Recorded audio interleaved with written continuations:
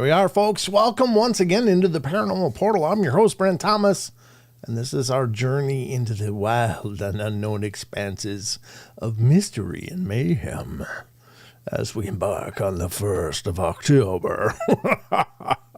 Sorry, just getting it out of my veins here. How you guys doing? Thank you for joining me. As always, it's Wednesday.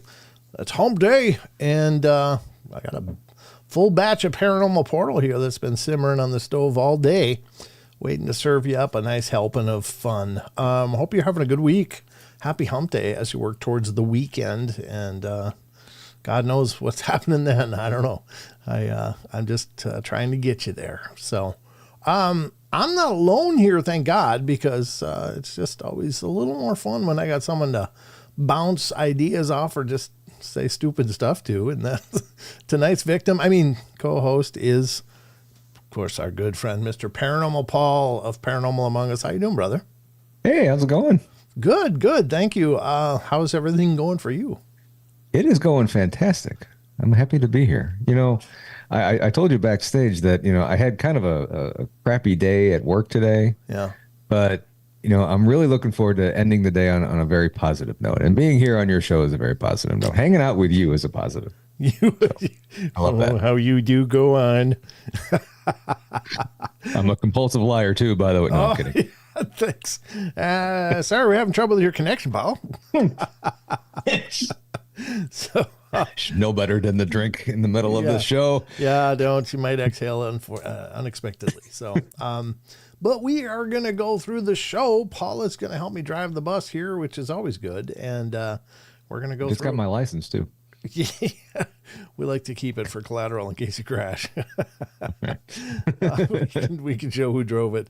But we are going to get to the news, as obviously, folks, that we always do. We're going to get back to a thought catalog article we've been going through, I think, unless we burned through that.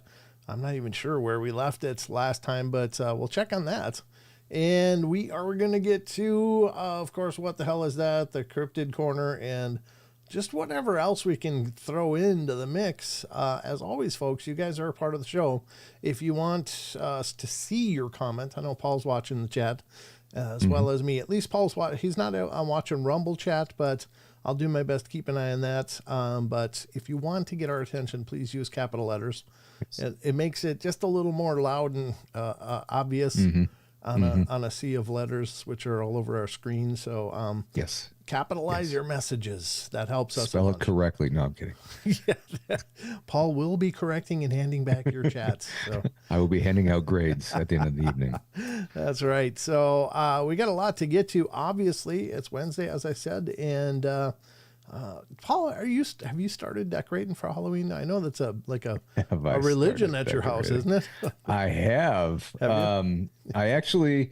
So we had the Crossing Realms conference a couple weekends ago. Yes. It's already been 2 weekends ago, hasn't it? Yeah, I think so. And I started because I kind of figured that my weekends, in September and October, late September and October, are going to be crazy. Yeah. So I have a lot of the stuff up. I have like a wood gate around the front of the yard, and I have some tombstones up, and I have the 12-foot skeleton up. Oh, geez. And I have my huge, gigantic spider on the window in the front. But I haven't plugged anything in yet, so I'm hoping that's going to be tomorrow. So. Oh, very. And cool. I still have a whole lot of, and BMR just loves this. I have a whole big, huge bin full, and I just realized as I was doing that you couldn't see my hands, full of creepy looking dolls that are going to go out in the front yard. Ooh, yeah. Nice. My wife went to a bunch of garage sales over the last 2 or 3 years, and she just bought all kinds of dolls, and she just creeped them out and stuff, and it's creepy. That sounds really awesome. She sounds like a really good enabler or codependent. I'm not sure which. She's just as weird as me. Oh, that's perfect. Yeah, it sounds like bliss. That's perfect. Yeah. Excellent. Well, very cool. Yeah, I haven't started. I mean, other than the studio is always looking like Halloween, but that's neither here nor there. You only get to see that 3 times a week. So that's right. I don't know what else is going on for me. Nothing. You know what? What? Last year I did this. Did I do this last year? Maybe 2 years ago. Not sure where you're going with this yet. Just keep going. I'll let you know. Do what? You said, you asked me, did I do this last year? And I'm like, I don't know what you're going to say. Oh, I have these 2 mannequins that I have decorated with, just disguised in costumes and stuff. And I think I had them behind me at one point. Oh, in the studio? For a whole show, which is kind of creepy because you have these 2 really creeped out looking things staring at you for the whole show. Besides me. Besides you, yeah, you're the only creepy thing I want to see, Paul. Well, that's cool. Yeah, I mean, yeah. I kind of like. Obviously, you can't maybe see it more like this. When I do this, you can see a little more of what's going on around me. But I used to have a wider angle on the shows, but then everybody I would talk to would have these, pretty basically a headshot. And I'm like, maybe I'm showing a little bit too much where I'm at, and more of me would be better. So I kind of zoomed in now, so you don't see it as much, but it's all still back there. But I like the setting. I've always had a real, I don't know, like, what's the word I'm trying to look for? A real, I don't want to say attraction, but it's kind of like that for Halloween. Like, there's something about the Halloween season it just really vibes with me. And I know it's that way for a lot of us that are into this weird and wonderful stuff. But has that always been the case for you, Paul? It has for quite a long time. I mean, growing up, I, of course, did the trick-or-treating and dressed up, but I never really got into decorating too much until I was older and had fun. Here's a picture of one of the gals that I have. A little more to your right. There we go. There you go. Perfect. There we go. Yeah. Oh, gotcha. That's cool. That's a mannequin?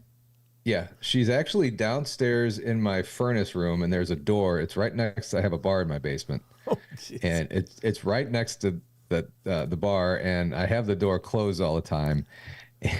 God forbid. I just love having new people come down there. Oh, can you go in that door and get me a case of beer or something out of there? And more often than not, they catch air when they open that. But you have a dark side, don't you, Paul? I have a really dark side. Fair enough. Well, good to see everybody that's coming in. Hello, yes. John Stevenson, Witherspoon, Lenda, Batman, Annie Manul, and Batman. Yeah, Batman. Thank you, T-Bone. Yeah. What did T-Bone say? It just came up on my screen. Donation. Thank you, T-Bone. Appreciate the love. I saw Keyshawn was in the chat already. Keyshawn, of course, was my guest this week on the podcast. Good to see you here, Dal Atkinson. Great to see you, Werewolf. Paula UU. I guess that's how you say it. Good to see you, Paula UU. And just looking through the list here. Not sure how many are in here yet or not. You're here, Paul. Michelle Wolfong is here. Kitty Cattywack's here. And Aussie Boss Tiger's here. And John Stevenson. I don't know if I said John Stevenson before. There's John Tempern and John Stevenson. If the Johns are both here, then we're all set. They're kind of my metric. Owl 13 is here. Good to see you, Owl. Great to see you.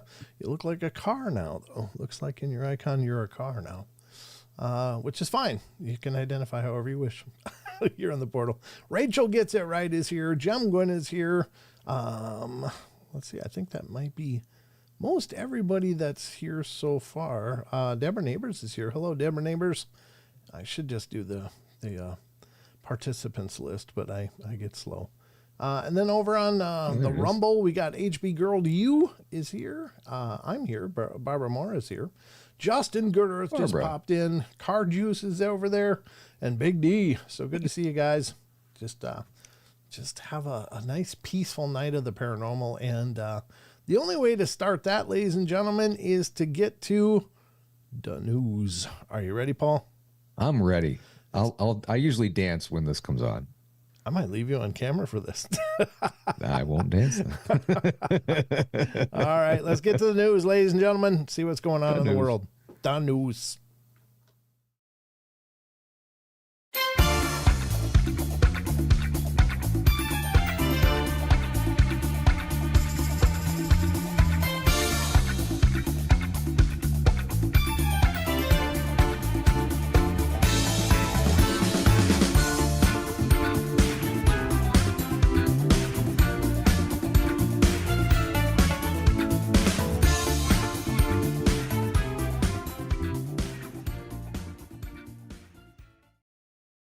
Okay, that was some news. That there was a nice news stinger, ladies and gentlemen, but we are in the news now.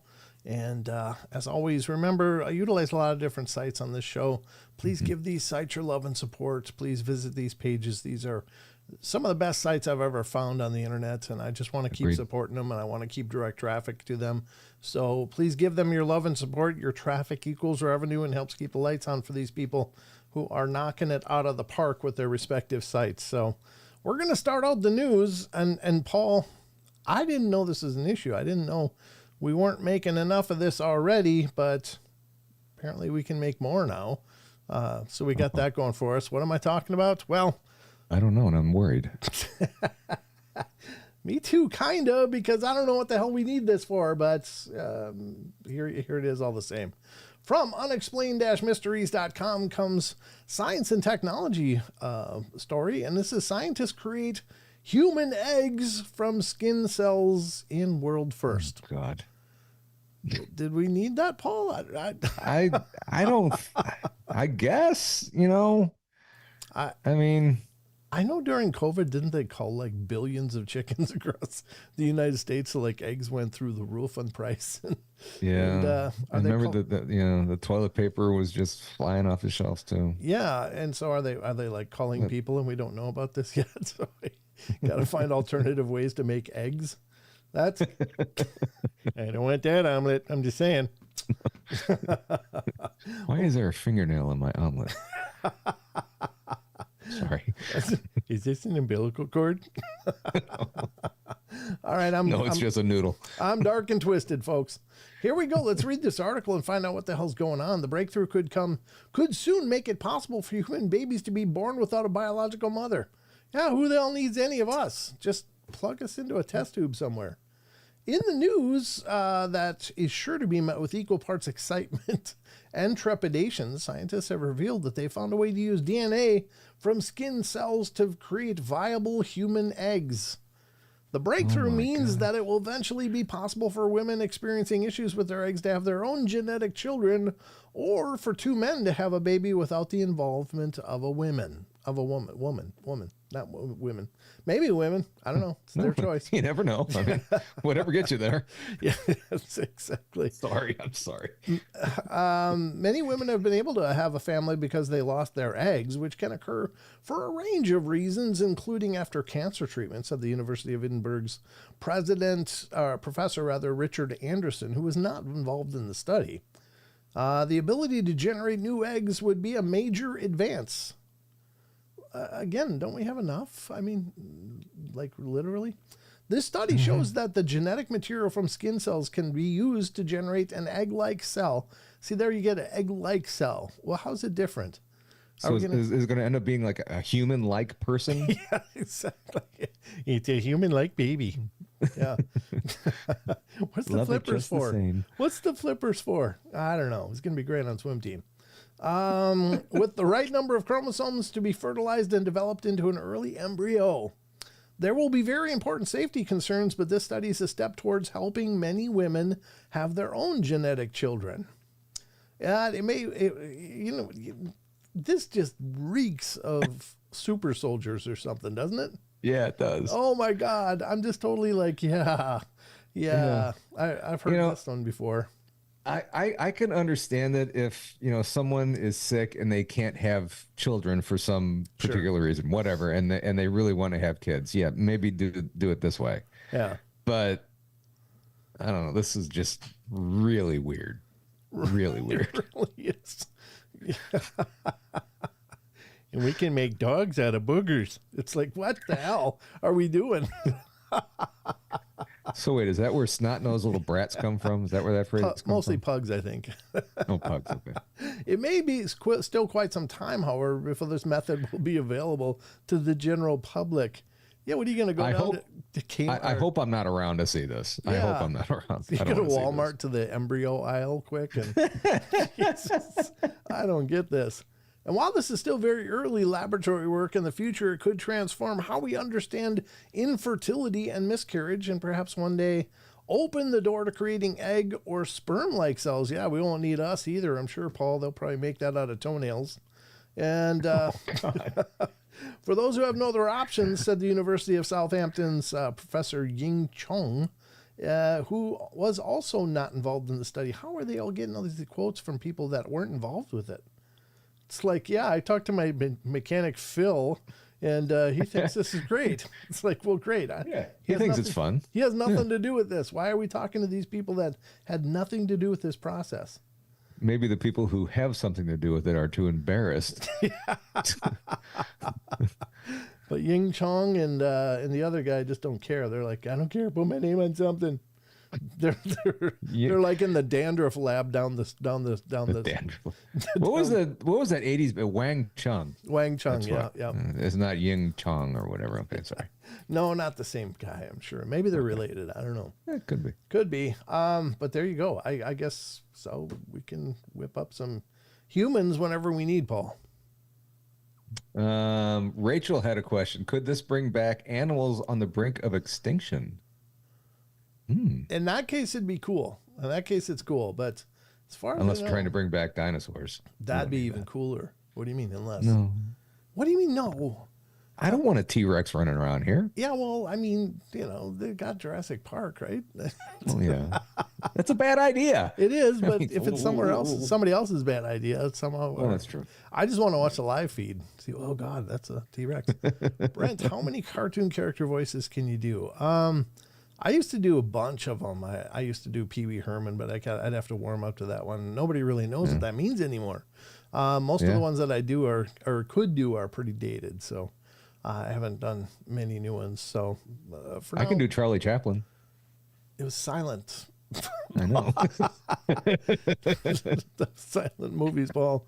Now, if you can, flop around and do all the physical comedy, that would be impressive. See, I could shave and do that, and yeah, I could probably walk around laughing. Yeah, you'll be probably arrested for hate crimes because you look too much like the other guy. Hitler, yeah. Yeah, thanks. You're gonna get my channel demonetized. Thanks, Paul. Who's next? Where can I go next? Head over to Rob's after this. I'm sure it'll be fun. I mean, Tex is always on late, so yeah, Tex. You never know. You get about 5 minutes notice, and he has a new show coming. Yeah. All right. Whoops, wrong button. There we go. We're gonna get to the Tex, though. We love Tex. Wow, we love all of them. They're great people. Exactly. Let's go to the next one. I don't know what the significance of this is, but we're going to find out. I thought it was unusual, so I pulled it up. We'll see, though. According to unexplained-mysteries.com, we're going to go to the science and technology files. This isn't too long, is it? No, it's not. Scientists probe origin of strange dark blue glass unique to Australia. It's unique to Australia. I wonder if that was some comet or is that something else? What would cause glass to form in Australia other than vulcanization? Let's find out, because I'm sure the article will say something. Here we go. Let's find out. The mysterious material, which is strewn across about southern Australia, is found nowhere else on Earth. Exhibiting a striking dark blue hue, this curious glass gained renewed attention when it was discovered that it was distinctly different from other similar materials found strewn across the same region. Known as tektites, materials of this nature are typically formed during asteroid impacts. Boom. And these were thought to be no exception. Most likely they were linked to an impact that occurred around 800,000 years ago. Now, though, a new study into more unusual tektites found that in the region has revealed that they may, in fact, be several million years older than the other, more common examples. This also means that they were produced by an as-yet unknown impact in the distant past. These glasses are unique to Australia and have recorded an ancient impact event we do not even know about, said geochemist and study co-author Fred Jordan. Hang on one second, Brent. Do you have the article up? They can't see it. Not yet. Thank you. Sorry. It's rookie night here on the portal.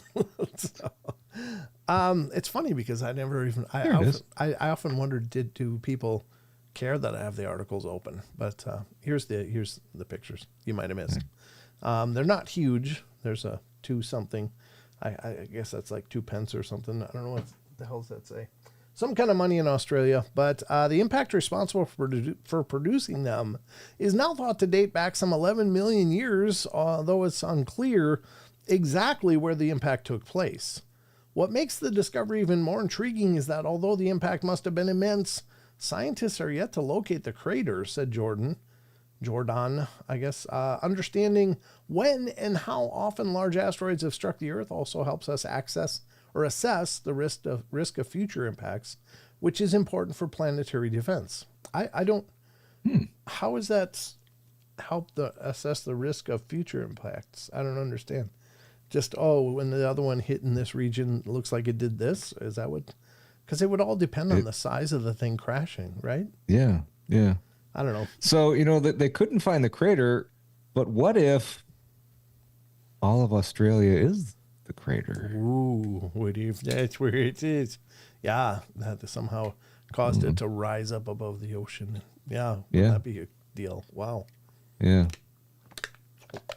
I've been kind of interesting dabbling with the whole Pangea idea, and I'm wondering if there was initially a supercontinent, and then all of these chunks of continents that we have now were all one giant supercontinent.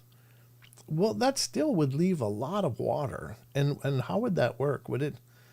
Does that make sense to you? It does.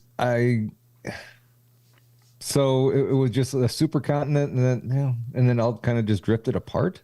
Yeah, I guess through plate tectonics or whatever. Yeah. Yeah. I don't know. It just seems weird to me. Looking at some of the maps, it looks like some countries kind of fit together. Yeah, like puzzle pieces. Sure. And then, have you noticed a lot more of earthquakes lately? Yes. Oh God. Yes. It's crazy. Yeah.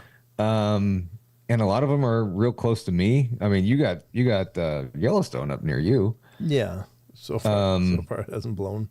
Thank God. Yeah, thank God. But I mean, do you think something's about to happen? I don't know. I mean, certainly that's kind of a possibility at any time, at any place. But yeah, I was going to pull up the USGS survey showing the quakes and stuff as they've been happening. And this is the last, what is this? It's for 32 earthquakes the past day. There was 32 earthquakes in the past day. Really? Around the world, yeah. I'm going to try to. That seems like an awful lot. I mean, it is an awful lot, yeah. I'm trying to pull it up in a way that we can see it, but here, I'm going to pull it over to the news page. What the hell is this? Oh, nobody's in the back. Boondock Mojo had a comment. Have you heard the theory that they're slowly moving back together? Interesting. No, that would be new one to me. I have not heard of that. Oh, I got to make this a little smaller because it's a smaller screen. Hold on. Here we go. So, come on, don't do that snapping thing. I hate that. Okay. Here's the USGS survey for earthquakes. There's been 32 quakes in the last. Stop. It says stop. Whoa. My ghost box said stop. Why? That was weird. Doesn't want us talking about this? What's to stop? Now this is an overlap because this side is actually over here. Australia's been wildly quiet though for the last day, which is weird. But look at Indonesia up here. Several quakes along this range. Philippines, up into Japan. Yeah. There's a lot going on. But Alaska, it's always the volcanic ring of fire here in the Pacific though. That is always pretty active, but you just said you had one near you? Yeah. When was that? So the small dot. Right here in the Midland? Midland, well, Texas? You know what? That doesn't show up on that map. No. But there was one, New Madrid Fault is right down towards the boot heel of Missouri. And I know there was one just north of that recently. Oh, really? Okay. Like the last week or so. Huh. Well, I wonder if we can add this or make it more than just the past. What did I just do? What am I doing? Jesus. Stop clicking. Let me go to 30 days. Magnitude 2.5 up. There they start popping up for the last 30 days. Look at all those dots. And then there it is. start getting into where's Missouri here? Yeah, just south of St. Louis. There's a white one and a orange one or yellow one. Yep. So this one is that's the ENE of steel. That was how it was at 9.7 depth. It was kilometers depth. It was 2.5 to 5 kilometers km. I don't know what km means. I thought it was kilometers, but 2.5 magnitude 2.5. Magnitude. 5.5 kilometers east northeast of Steele, Missouri. Okay. And then this one was 3.1 magnitude, 4 kilometers south of Puxico. How the hell do you say that? Puxico. Puxico. Okay. Like the most obvious way. Yeah, thanks. Thanks. Yeah. I like the way you called it better, Puxico. Puxico. Yeah. Yeah. But I mean, if you look at the ring of fire here now with all these extra dots. Now I'm way up here. I'm like, where am I? That's what I always wonder. I'm like literally. We all wondered that. Yeah. Right? I'm like literally right up here. This is where I live, in the north tip of Idaho, and there's Canada. Okay. So there was actually the first time I ever felt an earthquake, Paul, was when I moved here. There was an earthquake that was 2.5 kilometers from my house, and it was only like a 2.8 magnitude, but it felt like I was sitting in a chair much like this, and it felt like somebody grabbed the back of my chair and was shaking it. I was like, what the hell is this? Now, really, my wife is from Indonesia, and she knew right away because they have earthquakes all the time. She's like, earthquake! Yeah. I'm like, oh, God, really? No, come on, stop it. Oh, quit. I just had gas. Wasn't it taco night? What happened? Yeah. But if you look over... Wait for it. Yeah. Hey, if you're the 5.0 coming... I've lived here my entire life, and we've had earthquakes, not as much as Indonesia or anything, but we've had earthquakes here and there, but I don't think I've ever felt one. Have you, in the recent ones, did you feel those? No. Okay. Mm-mm. Okay. No. Well, yeah, they're there. Wow. That's a different one, isn't it? Oh, is that the same one? That's the one, yeah. There's a blue one. Yeah, no. Yeah, And then this but, one is 2.5. somebody was saying, I think it was Krista was saying that if New Madrid goes and there's a big earthquake there, St. Louis could get wiped out, as well as Memphis. I guess Memphis is just south of there. Yeah. Oh, it is. Oh, over in Memphis, Tennessee. Yeah. Yeah. So. Wow. Yeah, that's right along. I don't know. Right along the river. Wow. Yeah, it's hard to say. I've seen speculations or predictions, if you will, that like this becomes a great big gulf. Like there's a gulf that will open up here eventually at some point in the future, according to some visionaries or seers or whatever. And I don't know. Yeah. I don't pretend to know much about that stuff, but that's a hell of a lot. In the last 30 days, that's a hell of a lot of earthquakes. It is. I mean, it is. Jesus, what the hell? Kind of makes you worry. Yeah, I mean, something's shifting, but I don't know. I've not seen any compilations of, is this more than what used to be? But look at that. I mean, in the Pacific here, this is just a freaking mess of activity. But if you look over on the Atlantic, it's pretty mild, other than down here in what is this, Cuba, or where's this, Santo de los Caballeros, San Juan. They've got a ton down there. Yeah.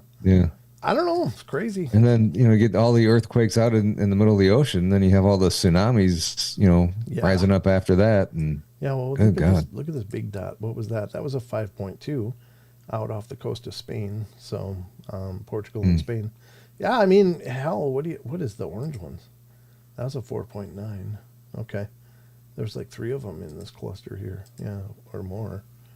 So that's a lot of activity, man. Mm-hmm. I don't know what's going on, but you're right. Yeah, I think there's something's going on. I think. Yeah. Crazy, whatever it is. Yeah. There you go. Definitely. You heard it here first on the news, or maybe not first, but you heard it on the news here. So. You heard it here. You heard it here. All right, we got more to go. The glass thing was interesting, but not nearly as interesting as I think this next and last one will be, Paul. This is, you've heard of Avi Loeb, right? The Harvard professor who was talking about the three-eye atlas, that might be man-made. He also talked about Oumuamua might be not man-made, but intelligently made, that they aren't just random space rock debris or comets or whatever, but they're maybe engineered. Well, he just came out with another assertion, or at least a proposition, that I think is interesting, and this is from unexplained-mysteries.com. Avi Loeb, the Three-Eye Atlas, may have been the source of the original WOW signal. Did you ever hear about the WOW signal, Paul? No, I have not. Okay, so it comes from, like, I don't know, it'll probably tell us in the context of the article, but I think it comes from like the 50s. But it was a strange, really powerful signal that we received on radio telescopes, that, from deep outer space. And it was this anomalous thing, and they literally call it the WOW signal because this is the note that was written by the guy that was in the lab at the time it came in. It's like, wow, what the hell is this? Yeah. And there's been a lot of speculation about what this is, and nothing else has ever been received from this part of space since then. So it was this one big anomalous signal that seemed to be not natural, but they don't know what it was. So it's been called the WOW signal. So I have some questions here. Okay. What do the 6E, Q, U, J, and 5 mean? Bingo? Yahtzee? I don't know. No, I don't know. I don't know what these numbers mean at all. But I assume that since there's so many letters and numbers in a series here, maybe that's the intensity of it. I don't know. I mean, I'm just obviously speculating. It's mostly ones and twos.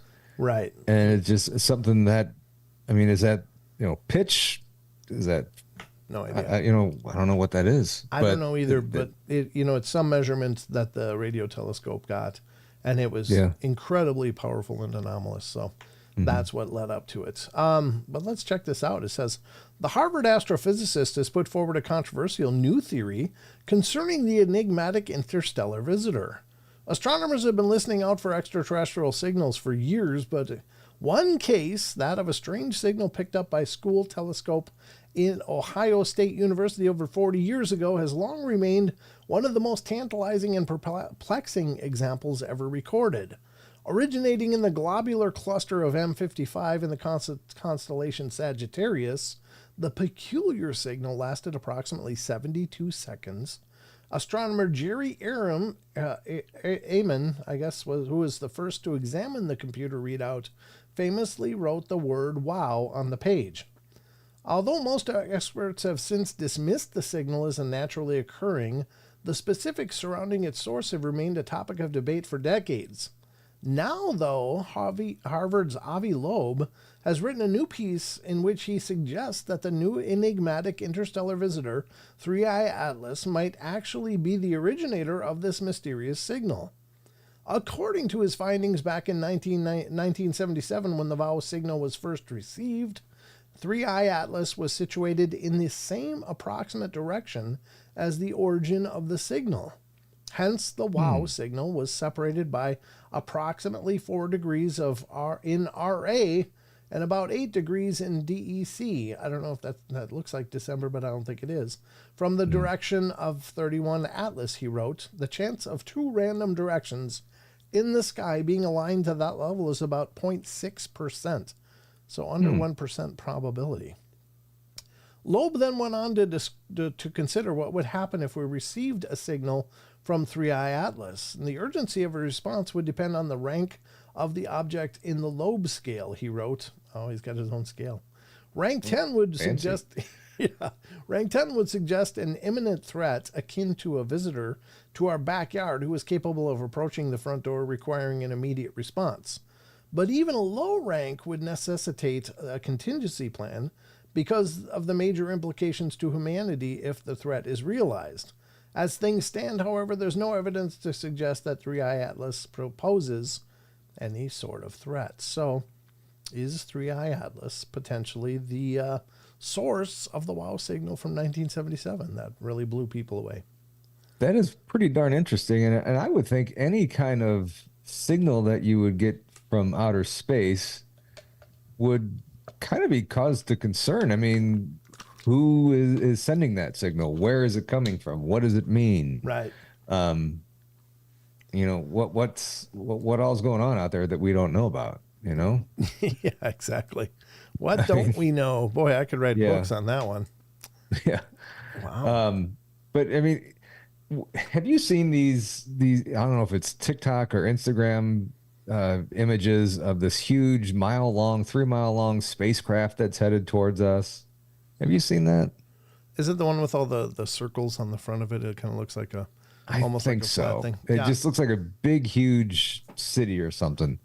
You Yeah. know, I, I have a really hard time believing that. And with AI so advanced now, I think it's mostly, AI Yeah. generated. But Right.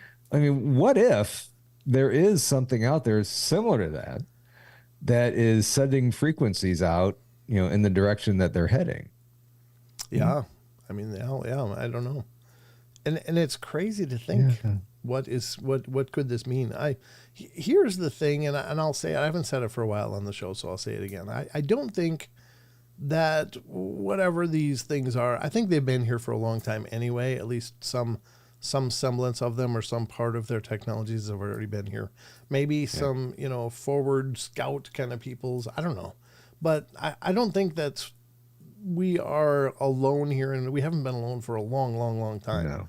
So I just don't see them as being hostile. I just don't buy that. I know there's certainly those people out there that talk about, the reptilians and stuff like this. And I don't Yeah. pretend to know, but I will just say this, that if they wanted to take over, why would they wait until now to start doing it? Why didn't they start doing it when they just needed maybe one ship and a whole lot of attitude? They could have done it with one saucer, just go around and zap things and say, we're in charge now. Be like, okay, but they wait till we have these bigger sticks, and, Yeah, and exactly. bigger things to swing at them. And now we're going to take over. It's like, Yeah. well, why wait? So Unless they're thinking, oh, let's give these people a chance, I mean, maybe, like, what was that? it's Keanu just not a Reeves fair fight. It's like the Day the the Earth Stood Patriots Still. playing the Bengals in their heyday. I don't know. I apologize if you're a Bengals fan or a Patriots fan. Yeah, or like don't the know what that Patriots came playing your high school football team or something. Yeah, Right. yeah, yeah. Right. Something akin to that, or worse. Yeah. I don't know. It's just whatever it is. And again, there's a lot of speculation around the Three Eye Atlas. Right. And here, the big takeaway is we're gonna know eventually anyway, because it's gonna get close enough. We can get good pictures, we can get good readings, and we can maybe put it to bed, or maybe it opens a whole new can of worms. But in any case, Yeah.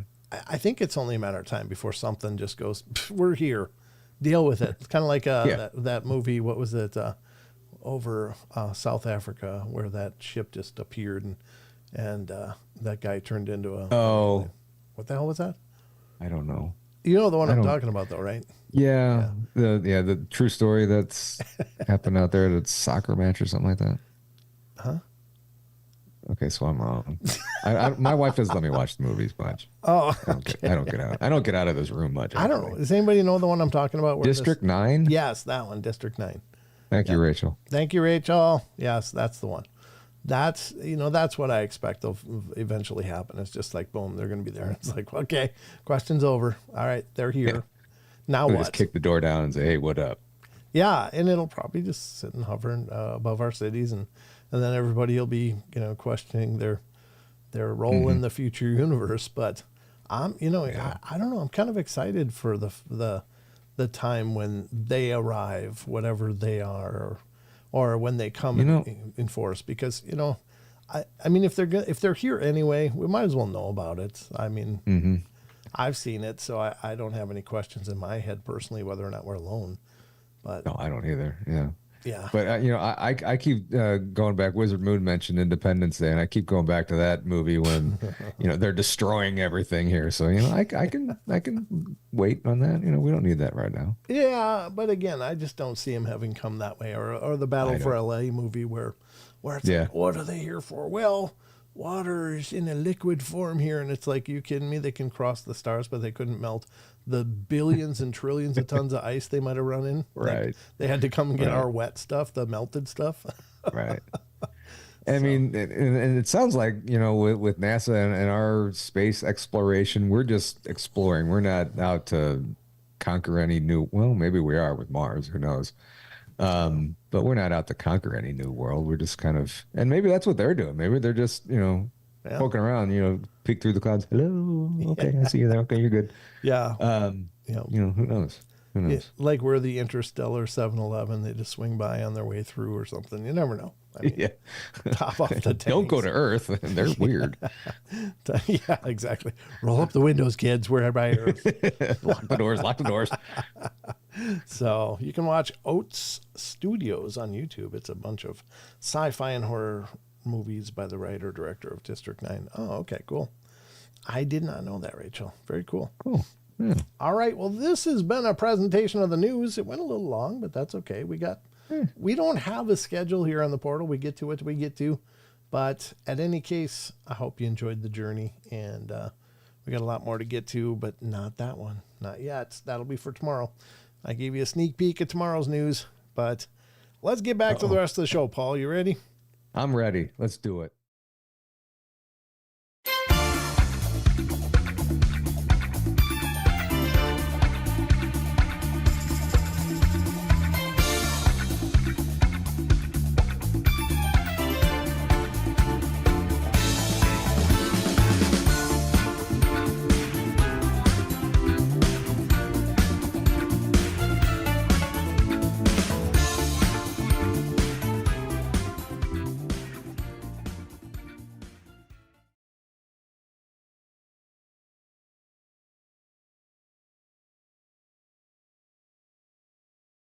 That would be funny.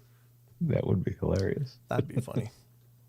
So Paul was dancing on screen. I could see him, but of course you guys couldn't. But I was thinking maybe I got to hook up a private recording function where it'll grab my guest camera and just record all the strange shit they do that you guys don't see. Sorry, I said the S word. It happens sometimes. Sometimes the filter falls. All right. You know it happens. It does. It happens. It happens. All right, let me just see where we're at with this. Jason Finch. How you doing, Jason Finch? Jason Finch. Jason Finch. What a stellar person Jason Finch is. All right, we do have 2 left of this article, and I want to get to this, and then we'll get to what the hell is that, and then we'll get to the Crypted Corner, and then we'll get the hell out of here. So, ladies and gentlemen, we've been going through a Thought Catalog article now for a few shows. It's a shorter one, but it was written by Stephanie Shaner, and Stephanie did a great job putting together this article. It's really a unique article. I've not read many like this, so I really enjoyed this one, but it's from thoughtcatalog.com, and it's 11 paranormal investigators reveal their most bone-chilling experiences. And I don't know that all of them have been really over the top, but they've been some pretty cool activity. But I kind of like the idea of interviewing, and I do a lot of interviewing of investigators when they reach out to the show, because I like talking to those people. They put themselves in situations where they're likely to have experiences, and in many different locations, at least to experience something, and a varied amount of activity as well. So I always really find their feedback pretty awesome. Again, they are just people too. They're not, they're not always. I don't want to say anything disparaging, but some people are maybe less. What's the word I'm looking for? Open? Not less open, but they're less. They might have a little less integrity than other people, like the more embellishments and such. and I think that happens. Okay, send your DA news dance to Brent. Thank you, T-Bone. Starting a trend. We're going to go viral. It's the Paranormal Portal news dance. All right. But I missed that one. Oh. Yeah. No, you didn't. You just don't know it yet. Okay. Oh, great. Sorry. All right. So this is the article we're on. Actually, there's only 2 items left on this, so I just wanted to polish it off quick before we get to the what the hell is that segment. And we'll get to that in a moment. But here we are with Stephanie Shaner's article from 2020. And this is 11 paranormal investigators reveal their most bone-chilling experiences. We're on number 10. And here it is. Back in 1980s, my husband and I were buying rundown old houses in Denver, renovating them and renting them out. back when you could buy a home with good bones for very little money. So it seemed like a good retirement plan for us, but we found a small white bungalow home that was built in 1910. It was pretty trashed inside and out, but looked like a good project for us. Well, we purchased the home and started our renovations, and all the time I was inside the home, I kept looking over my shoulder because I would hear voices calling my name or feel an unknown presence standing over me. You ever feel that, Paul? Yeah, it's usually my wife, though. Actually, just right before you started reading this, I felt like I was poked. Oh, did you? In my shoulder right over here. Yeah. That's really interesting. Okay. It creeped me out because I was usually all alone in the house. One time I even felt a hand resting on my shoulder, and when I turned around expecting to see my husband, no one was there. Then there was the red stain on the bedroom wall. I tried everything, Kills, spackle, you name it. I tried to paint over that stain, but the red spot kept bleeding through. It was located about halfway up the wall in a small bedroom that might have been a child's room. Not knowing the history of the home, I just simply dismissed the red stain and instead put a dresser in front of it so that potential tenants wouldn't see it. Well, about 2 weeks after buying the house, I got a panicked phone call from my husband. Well, I hurried over to the house, and he was standing in the kitchen with the trap door down to the cellar lifted up. I looked down, and sure enough, oh dear God, raw sewage had seeped into the cellar all the way up to the level of the kitchen floor. Oh my God. We called the city, and they could not explain how that happened, and no other home in the neighborhood had experienced this flooding. The stink and smell of that sewage was unbearable. Eventually it went down, and we cleaned that cellar top to bottom. And shortly afterwards, we rented the home to a nice young couple. Well, my husband actually knew the man from his work and said that he was a very mellow guy. 2 months later, we received a frantic call from his wife. She was crying hysterically and asking how she could get out of the lease. She said that ever since moving into the home, her husband turned into a different person. Moody, nasty, and just plain mean. He became depressed and would lash out in violence for no reason. Confused, we canceled the lease and let them both move out, and several more months and many tenants later, the same thing kept happening over and over again. Seemingly happy couples would move into the house, and a short time later, we would get a call that the husband would turn into a monster. Women and children moved out in the middle of the night, and several domestic violence calls came to us from the local police. Baffled, we just decided just to put the house on the market to get rid of it once and for all. Well, about 2 years later, I was reading the Denver Post, and my eyes caught the headline, "Woman unalived by husband on her front porch." Good catch, by the way. Yeah, thank you. I've gotten kind of good at that. I scanned the article, and my eyes grew wider and wider with disbelief. Not only was the address the very same old house we used to own, but it said that the husband moved into the house and inexplicably started to become physical on his wife and finally just bludgeoned her with a hammer while she was sleeping on her front porch swing right in broad daylight. Oh, dear God. The hammer unaliving house, as we called it after that, was eventually torn down, and a very modern building stands on that ground today. I often wonder if the inhabitants of the sleek new house experience the ill effects of whatever macabre history still haunts that property. That was by Rose Glenn, the ghost lady of Colorado. Wow. Wow. Holy Lord. What do you think of that, Paul? That's nuts. Right. I mean, you hear these stories about, going into these locations and just like that house that, people kind of change and, something affects them differently, but never really to that extent. Right. Yeah. Wow. See, I'm thinking some kind of demonic infestation and something like that. Yeah, has to be. It's just waiting for somebody to move in, and then it just starts the torment until they break or until people leave. And it sounds like that. Yeah, sounds like a spirit, demonic spirit, very nasty spirit, whatever, that just doesn't want people in their old house or whatever. Yeah, yeah, and you're right. It could be just a real dark, formerly human spirit, but it doesn't sound like there's much humanity Yeah. left. If No. there's anything, that's horrible. What a Yeah. horrible, horrible situation where it's like a history that is just determined to relive itself over and over and over. Good God! See, that's why it's got to be intelligent because it's targeting. Yeah. It's targeting the people that are there, and specifically the males. Yeah. You know. And it is weird that it's just the males. Usually it's the, the weaker of the two, or Yes. weaker person in the house. Yep. Yeah. In Usually it's traditional. the male anyway. Yeah. Um, You're right. In traditional hauntings, primarily it's first kids, pets, kids, and then women, and then eventually the males will be the last ones targeted. And I don't know what that is, but there is a spiritual dynamic to all of us, so certainly males have a different energy than women and children, but perhaps the male being, I don't know what the protector, traditionally considered protectors, that maybe it's a harder target for them. But that's why I'm thinking demonic. It's like, well, it didn't bother with anyone else. It went right for the hard target. Yeah. Yeah. As far as And that's you concerned. wonder if, like the story says, if the new house that's built on that spot, if it has the same effects, because we all know that the spirits are in the house, and if you tear the house down, the spirits are still there. Are they just going to inhabit the new house? Yeah. Are we just going to have the same problem, just different walls?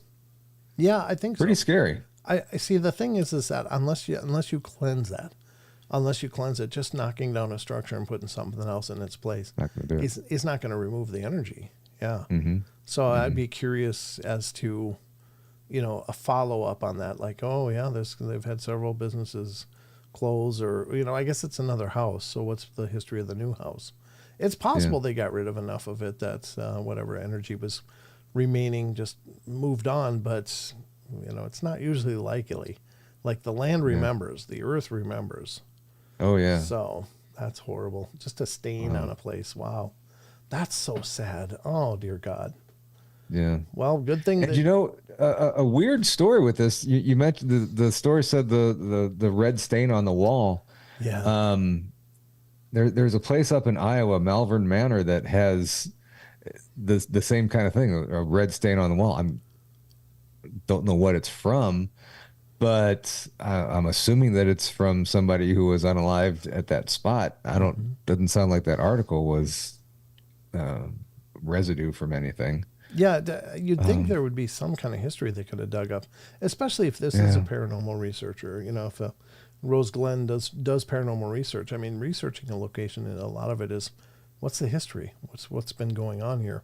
What is the claims? Exactly. What activities have happened in the past that might create a real negative haunting? But it doesn't sound like that was ever done, or maybe they just didn't have any records available. I don't know. Yeah. But When was this? When was this story written? well, this remember? whole article's published 2020, March 11th, March 2020. So a few years ago, but I've kept it open, and I plan to keep it open too, because I'm going to try to reach out to some of these people, especially this lady as well. But there's been a couple stories in here that are like, wow, if I can get a hold of them, that would be really cool. Yeah. That'd be really cool. Yeah, that would be really cool. Just the hear, their process on researching the place, and maybe even a homeowner. Yes, yes, exactly. It'd be cool to talk to. Have they reached out to the new homeowner and say, hey, we used to own that. You might want to get some priests in here. Just saying. Buyer beware. Yeah. You have to sign an as-is addendum. All right, number So 11. I wonder if when they list the house, would you have to disclose that? Depends on state laws. Some states require you to, and some states don't care, Yeah. It depends on the state. There's differing statutes on that. But Gotcha. number 11. Okay. I was at the Jefferson Davis Retirement Home in Biloxi, Mississippi, and we were in the main part of the museum where there's a large auditorium. From the moment my investigative partner and I walked in, we had a strong sense of another presence with us. Dun, dun, dun. Dun, dun, dun. We started a spirit box session and didn't get many responses. After 15 minutes or so, we turned the spirit box off and just sat in silence to see if we could hear anything or get an EMF reading. We started hearing footsteps across the room, but when we walked over to investigate, the footsteps seemed to shift to the opposite side of the room. It was as if the spirit was avoiding us. Now, in the auditorium, there were two sets of doors. On one side, there was a door left open. We stood watching some spikes on the EMF, and I heard the distinct sound of a door closing. And when I looked up, I saw a woman dressed in a Victorian-style gown walk past the doors, and I immediately took off running and tried to look for her through the doors, only to be met by a solid glass wall. She looked like she was from the time period where the property was still a plantation. Now, although I could see only a silhouette, I'm completely certain that it was a woman from another era. And that was by Ryan Shaner, Colorado, USA. Wow. Interesting. Yeah, so that sounds almost like a time slip, or at least a residual impression, right? Mm-hmm. And you hear a lot too about especially when you go into a new location for the first time, or the spirits see you for the first time. They don't always interact right off the bat. Yeah. It takes them, just like humans, it takes them a little while maybe to warm up to you. So, yeah. Yeah, that's crazy. It is crazy. It's pretty cool though. Yeah. I think that's pretty powerful stuff. I mean, it's an incredible thing to maybe look and see a different era of time unfolding in front of you. I remember reading, I don't know, it was a Time Life book when I was a teenager, but it had to do with haunted places and stuff. And there was a story of this old ancient battlefield over in England. I think it was in the UK. And this couple was just out enjoying their summer day, and they walked to check out this old ancient battlefield where this big battle had taken place. And they said they parked their car next to this field, and then they just walked between two stones. And as they cleared the stones, suddenly they're encountering an entire mounted force of infantry moving past in very period garb for like the Middle Ages or whatever. And allegedly, these people on horseback carrying their armaments, their pole arms or whatever, were able to look over and see them and a weird look like, what the hell is that? And the people, of course, are like, what the hell is that? So there's like a mutual recognition. And then that's weird. Apparently they just backed up and boom, it was gone. It was back to just being a normal field. But it wasn't like ghostly figures. It was like they had stepped back in time in like a time slip and were actually present on that battlefield as this army marched past. As you were saying that, I can't remember the name of the show. It was a British show where she's in the woods and something, and she goes through, I guess, a time slip or whatever, and goes to a different time period. Mm-hmm. Oh, what the hell was that show? Oh, I think it's either still on. It's been on for a while. I can't remember the show, but it sounded just like that. Yeah. That, this gal from, modern time is walking through the woods or whatever, and she can't get back in time. She goes through some kind of portal or some kind of time slip, and she's stuck in that time period. Wow. Well, there's another story like that of a retired school teacher from the UK. She went over to Versailles in France and was just doing a tour there. And this was, of course, Marie Antoinette's court. And they were walking around, and her and a friend rounded the corner to this back courtyard, and they turned the corner, and suddenly there were people everywhere in period dress and stuff, and sitting around, and they were like, oh my God. And they thought it was this huge reenactment that was going on. They're like, oh my God. And the people in period dress were looking at them like, and they're looking at the people in dress like, oh, are we in the wrong place? They thought they ran into a reenactment scene or whatever. So they quickly backed away. And when they got back, they're like, oh my God, we're sorry. We probably interrupted that. And they were, what? Interrupted what? Oh, the whole court full of people over there in the yard next to the castle. Like, there's nothing going on. And sure enough, they went back over there, and it was normal. And it's a pretty famous story, and I'm paraphrasing the hell out of it, but the gist of it is that they basically walked into Marie Antoinette's court as it sat out in the courtyard. Wow. There. Yeah. And Ranger Nick, thank you. Outlander was the name of that show. Outlander. Okay. It's a pretty cool show, actually. But that's just bizarre that these things are, you can just accidentally walk through these things at any place and time, and then go, all of a sudden be in a different time. It just, how many are out there, you think? I don't know. I mean, You the just thing. walking down the street, and all of a sudden, hey, look, a dinosaur. Huh? There's your T-Rex, Paul. Yeah. Yeah. See, I think that these kind of situations are possible anywhere and everywhere. I don't understand them. I know that Liverpool, England.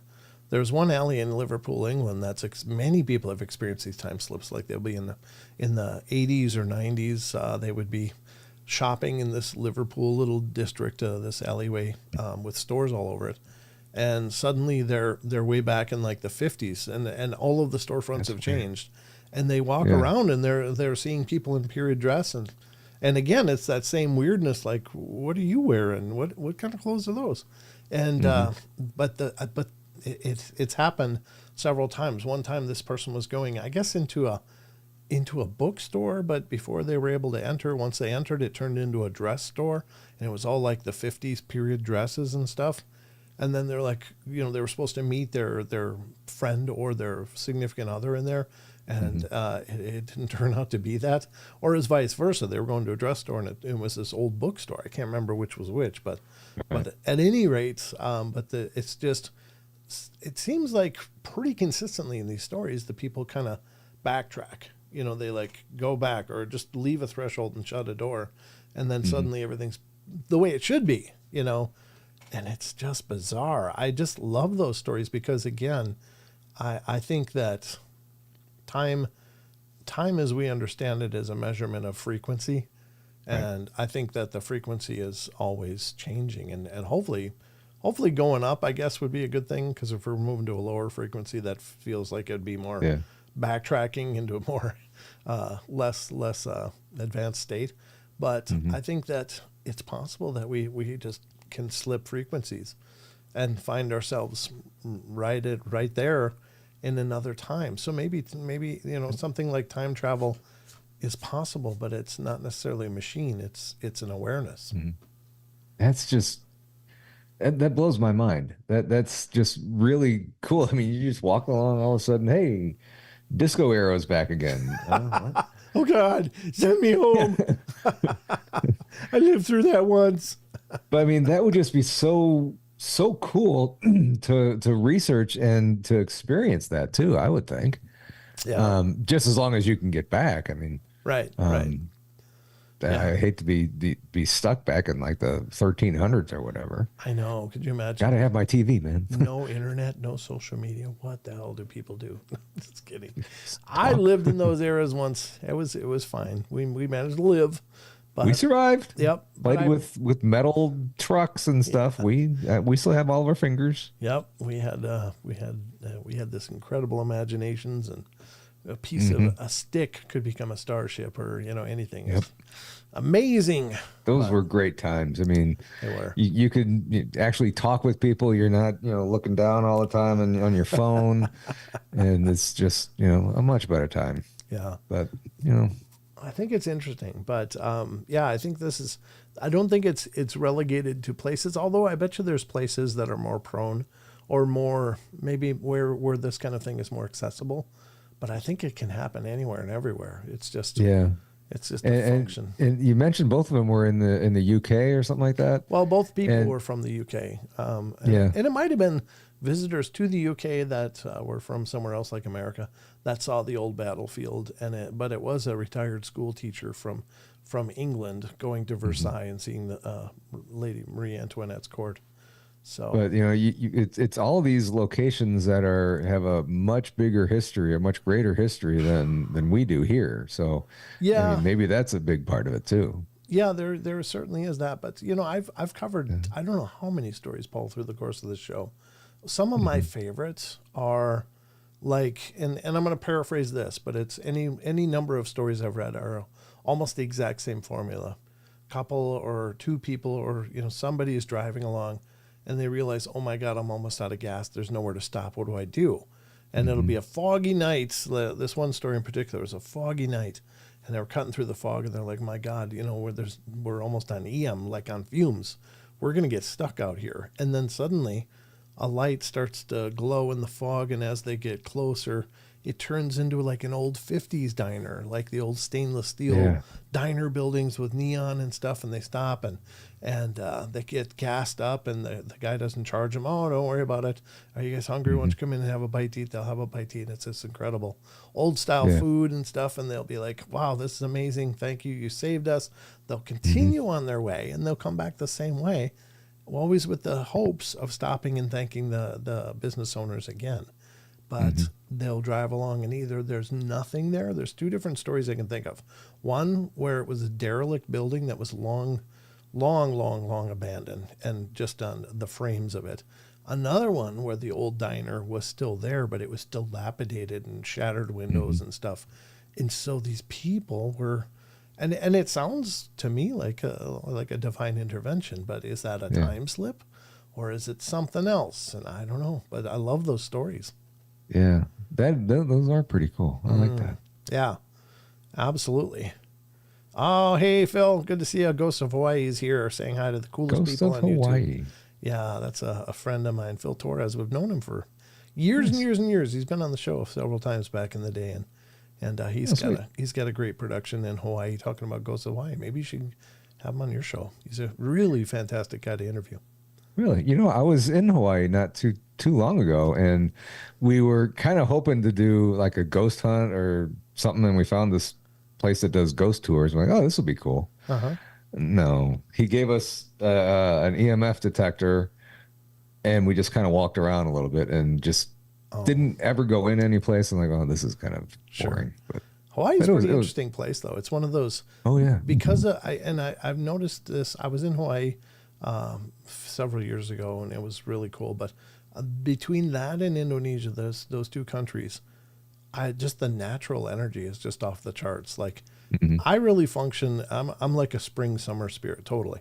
Like I feel that same energy, in spring and summer here, but then in the fall and winter, it just feels like I'm like, I don't know, for lack of a better term, like I'm fading just like the plants. It feels like I just don't have the energy like I do in those months. But when you go over to those places, it's like you're just, being on the Pacific Ring of Fire must be something of it too.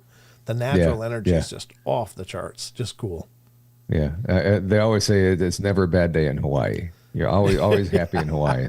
Happy in Hawaii, that's what it was. Yeah. You know what was neat when I was over there? Like they have some homeless people, but they'll just have a van and they'll just drive around and park anywhere and just have the doors open and sleep in their van. And it's like, I don't think that's called a vacation in the mainland.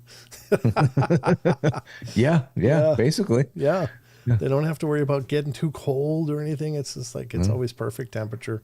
Yeah. So anyway. When we were there, we were out of odd curiosity. We were looking at houses there. And as we were driving around, we saw one for sale. It was like just across the street from the ocean. And we're like, oh, how much is this? I mean, it looked like not even a 1,500 square foot house. That was like $400,000. So like, whoa, no thanks. Yeah. Paying for the view. Yeah. Paying for the view for sure. Absolutely. Yeah. Well, it is time, Paul, for the next part of the show. And this one's been kind of fun. It's a newer what the hell's that? Hey. Sorry. Give it away. I was asking you what the hell is that? Well, you were right. That's exactly what it's called. What the hell is that? Is now our current segment, ladies and gentlemen. And this is where we go through some potential evidence of what might be paranormal, supernatural, even UFO or other. Oh, this shouldn't be playing. But this one is kind of cool. This one is from Crypted University on Facebook. And the idea, folks, is we evaluate it. And we don't know. There's a lot we can't know. We can't research. We can't question people. We can't, other than face value, do you think this might be real or not? And we do chat polls where after we watch a clip, I'm going to ask you, what do you think? If you think it's real, give me a 1. If you think it's not real, give me a 0 or give me a 0.5 if you're somewhere in the middle. And it's been a lot of fun to go through these, but here's the first one that we're going to dive into, folks. And this one is kind of cool. And oftentimes we hear about these. Well, our good friend Robin Moonshadow, who's been on the show several times, she deals with proto-pygmies and does Bigfoot research as well. But I don't want to do that. Stop that, please. Things play automatically, and it drives me crazy. I have them paused and ready, and then they autoplay. So this one, I think, might be something extraordinary, or it could just be somebody messing with their voice. But could be a good capture. Maybe not, but it says family films an unexplained mimicking voice coming from the woods. And oftentimes people think, oh, that's got to be a Bigfoot. Well, this doesn't sound that big. It sounds kind of small. Kind of sounds like Smeagol from Lord of the Rings. Stupid fat hobbitses. So it might be that, but you be the judge. Here is the video in question. We're going to put it up on screen here and let you guys have a look. Again, from Crypted University, check out their page. They got tons more of videos like this that are pretty fun to look through. You be the judge. Let's check it out. I got to turn on the sound here. Come on out! Why not?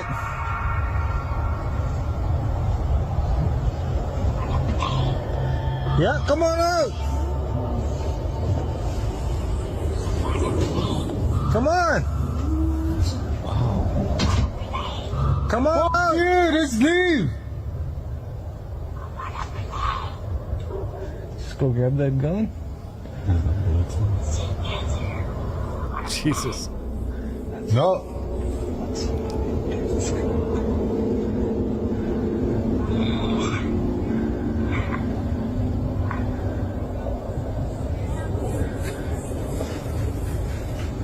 Yeah, I'm gonna follow. Whatever is hiding in the bushes now asks, wanna play? You still think the... So that comes from Crypted University. Oh, what happened here? That comes from Crypted University, but obviously it is from Nuke's Top 5. But it's a curious clip. It is pretty weird. Wanna play? You know, it's like... That is creepy. Right. I mean, if you heard that in the woods, Paul, what would you be doing? Pooping. So, I don't know. If I wouldn't be standing there. Yeah. Tell you that. That's kind of creepy. Now, again, it's very, very similar to the growly Smeagol voice, or Gollum from the Lord of the Rings. But that's how I would expect some little creature to sound like, honestly. And so I think that they, in the course of the movie, I think they made a pretty convincing voice for what Smeagol would sound like. Taters, what's taters, precious? So I don't know. I think this might be something. I will tell you this before we move on, that there was one. It was Monsters and Mysteries in America. And it was a TV show I used to watch a ton of times back in the day. And I can't remember what, I think it was on Destination America or Destination USA channel, something like that. And it was a pretty cool show where they would do reenactments of people's experiences. And this one guy talked about his experience. And I think he met a Pukwudgie. I think he met little Pukwudgie. And Pukwudgies are these little diminutive characters, maybe about 2.5, 3 feet tall. But they hate people. But they kind of look like almost like they've got porcupine quills down their back. They look kind of creature-like, but also bipedal humanoid. And so they look like little squatchlets, I guess, if you were going to say. But they're not. They're something completely different. But this guy's walking his dog along this path near his home that goes into a forest. Well, he gets down to the last street light, and he said he's standing there, and his dog's kind of doing his business. Then his dog kind of zeroes in on something, just zeroes in on it and goes, just frozen, and starts growling. And out from the shadows emerges this little creature, bipedal, and it says, Amir, Amir. And the guy's like, what? Amir. And I guess the guy got freaked out and yanked his dog and got the hell out of there. Now, it was like it was mimicking come here. Yeah. But it was like, Amir, like, come here.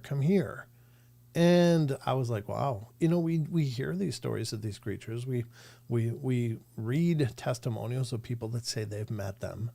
And of course, I don't see any reason why this couldn't be recording. But in the chat, number one, you think that might be recording some creature in the woods? Number two, or zero, you don't think so? Or 0.5? Where are you at with this? Half and half. Yeah, half and half. What do you think? So I will say that I was doing an investigation at a place in Illinois called Ashmore Estates. Okay. And I was in a boiler room, and I did not hear this with my own ears. I only heard it when I got back home and was playing the video. Uh-huh.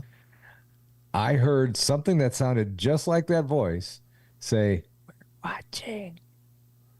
Watching? We're watching." Oh, God. And it sounded very, very similar to that. Oh, so give you chills. I'm going to say one. I'm going to say one. All right. Because I know when I was in Ashmore, I didn't say that. The person that I was with, she didn't say it. Okay. Well, all 13 says one. She's all in. Sharon Sunshine, no, she's not really into this. Aussie Boss Tiger's giving it a 1. Karen Alberding, not so much. Chucky Danger, 0. I think it's person. T-Bone says nope. Marsha's halfway there. John Stevenson's all in. Kitty Cattywack, nope. Yeshua, nope. Mike Bryan's halfway there. 0 from Rachel. If it was a creature, it would not speak perfectly in English. Why not? If it's mimicking, it's not using a robust vocabulary, but maybe it's heard enough words that when people say, want to play, like kids, that other kids come. So maybe it's what it thinks is calling people to it. Mimicking would make sense. I don't think it understands the language it's using, but again, I'll defer back to Linda Godfrey when she was talking about the neighbor on the phone. Her neighbor always used to answer her phone out on her porch that overlooked the kettle, and she said, "Oh, hello, hello, hello," every time she answered the phone. "Oh, hello, hello, hello." And Linda said she was out there one day when the neighbor wasn't home. It was early morning, and from down in the forested kettle, she heard, "Oh, hello, hello, hello. Oh, hello, hello, hello." Like a Bigfoot was mimicking it. Don't think it knew what it was saying, but it was just making a noise that it had heard. So, yeah. Mimicking makes sense to me. Linda, nope, not buying it. Wizard Moon, sure, could be. Pew Pew Poison, 0.5 after hearing Paul. Kitty Cattywack says Elaine Clifford's halfway there. Sure. All right, you make a good point, Brent. 0.5. Rachel's on halfway there. All right, what do we got over in Rumble? Car Juice says halfway there. And Justin says 1. Barbara says no. The kid was too casual telling it to come out. I don't know. I don't think that. I think they were just young adults. I don't know if they were kids, but it's creepy. He was talking about going and getting a gun, so it sounded like he was disturbed, but could be. I don't know. But what were you gonna say, Paul? I mean, they could be investigators. They could, have heard this before. Maybe that's why there wasn't so much urgency in their voice. Sure. Who knows? But right. I still think 1 after that experience that I had. I think sure. 1. Yeah. Fair enough. I mean, obviously they were hearing this with their own ears, but they also were able to record it. But is it possible to fake it? Sure. I mean, I could fake that in a voice in no time. I may have already, but it's just a creepy, growly little voice. But no foul language. Chicken. T-Bone. See what I did there? I got you. Thank you. I'm here all night. They sound standoffish to me. Yeah, it did. They did to me too. But cool. That was the first one on what the hell is that? We've got more. Oops. I left that on. Didn't mean to. Left that on. Rookie mistake. I do about 1 of those a night, so it's normal. Nothing to see here. Let's go to the next one. This one is, the building is unoccupied, it says. And this one, why do I have the chats always opening on their own? Haunted Old Park Hotel. And I think I did see this one. Maybe I didn't. Maybe I just pulled it up and didn't look much further. But here you go. This is another piece of alleged evidence. And it's by the Haunted Old, OLDE, Park Hotel. on Facebook, and this is a video they're posting. I don't know if it has sound. Maybe it does.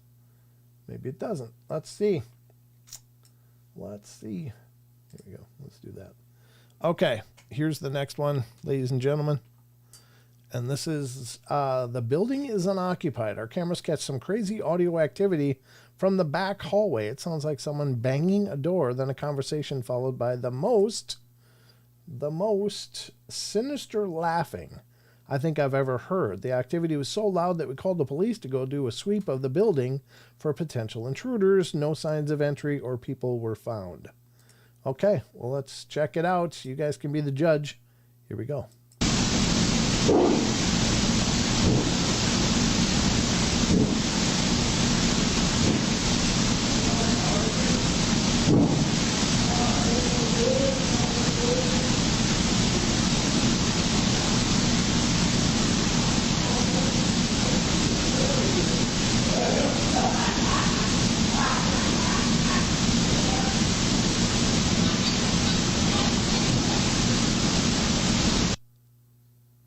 There they are, showing the police coming to do the sweep. So, honestly, let's do your votes first, and then we'll editorialize on this one a little bit.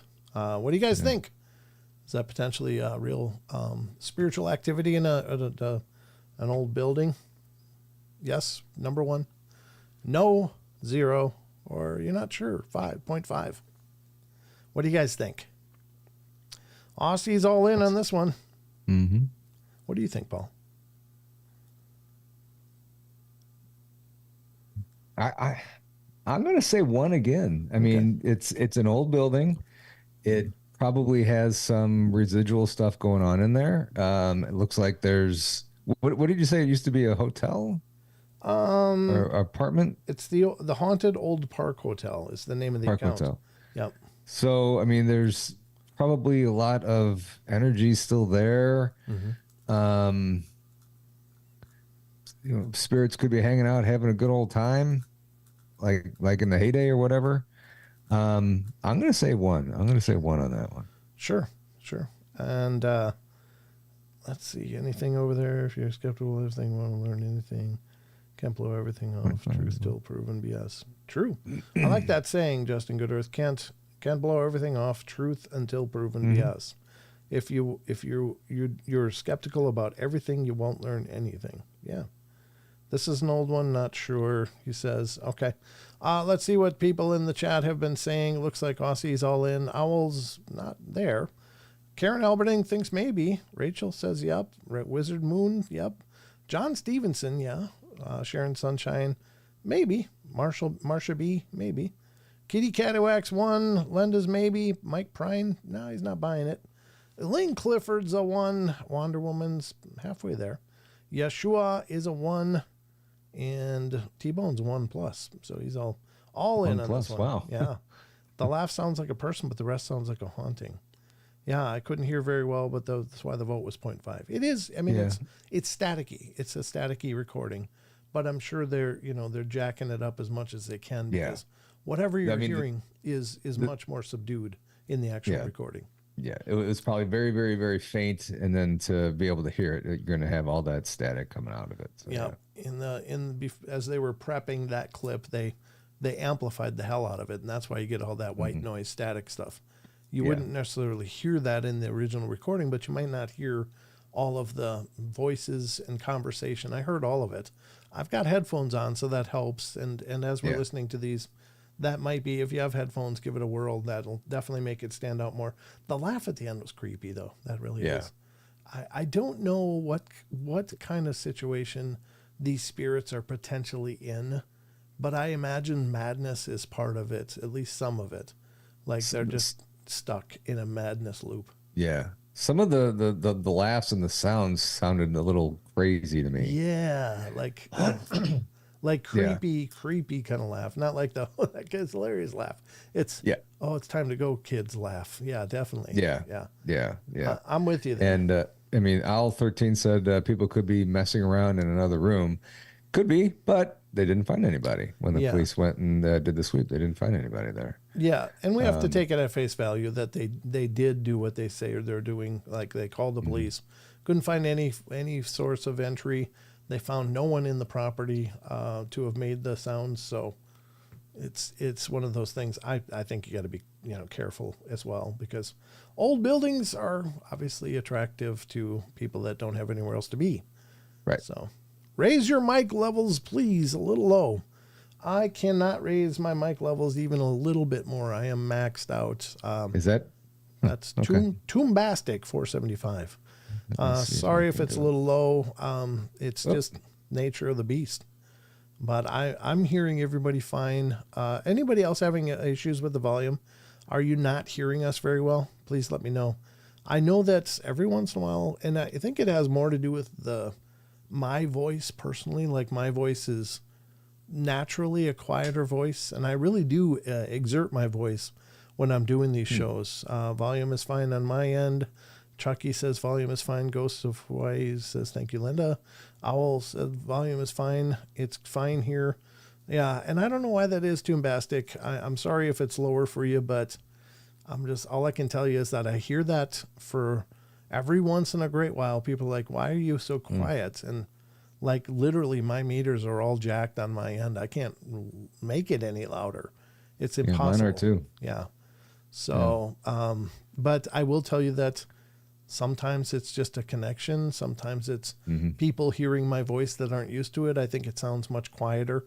I don't know. I don't know. I wish I had an answer for you, but I've done everything I can on my end to make it as loud as it can be. So my apologies, though. I don't want anybody to ever come here and go, oh, it was a great show, except I couldn't hear anything. That's the worst possible. You don't want to be sitting there screaming at the top of your lungs. Everybody! Did you hear that? Yeah. Sorry. No, that was good. Good. Very, very well said. All right, so that was that one. Let's go to the next one because I got more. Always got more, Paul. And He's always. always. I find it's best to be over-prepared than under-prepared. Exactly. What was this one? That's like saying early is on time. And it is. A wizard arrives precisely when he means to. He's not early, nor is he late. Gandalf the Grey. Just saying, that's what Gandalf said. That's right. All right. Here's one that was sent to me, and this was sent, I don't remember by who. I think maybe Rachel. I will tell you that I will let you be the judge. I won't tell you anything right off the bat. But it's another one from Crypted University. Again, it's a cool site. They have a lot of, obviously, a lot of material you can go through. If you find stuff as you're going through the webs, everybody, that you think would be a good inclusion on What the Hell Is That segment, please email it to me at paranormalportalradio@gmail.com. But again, I always give attributions to where it's from as much as I can, because it's not my interest to try to take credit for any of this. I just want to talk about this stuff. And here we go. This is a 37-second long clip. And let me make it a little bigger because I got to read the backstory a little bit. A large ranch owner in Mexico says that their dog went missing a month ago, and something told them to check the security cameras, and this is what they saw. So what you're going to watch is the footage that they saw. So here you go. There is no sound, but let's take a look. And it's really a small video. But I wonder what happened if I blew this up and just did it this way. Yeah, that might be best. Let's try this. See what it looks like for you guys. Yeah, that'll be perfect, actually. All right, Crypted University brings us this clips. It says, yeah, it's at Crypted University. So looks like their clip specifically. Here it is. It's playing. That's the dog. Looks like it's snacking on something. Whoa. And there's a negative view of the footage. Boom. Whoa.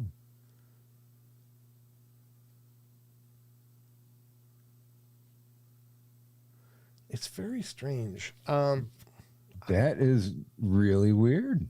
Right.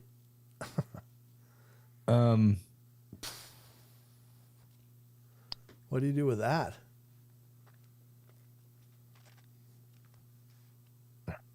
Wow. I'll play it again. I'll play it again. I mean, it's a traditional security yard camera kind of thing. It's not awesome, but it does. I mean, the fact that they show it with the negative view, I think is good because it helps to look for any telltale things. I'm not seeing anything that's obvious hoaxery, but No. that's not to suggest this couldn't be AI created. It sure could be, I'm sure.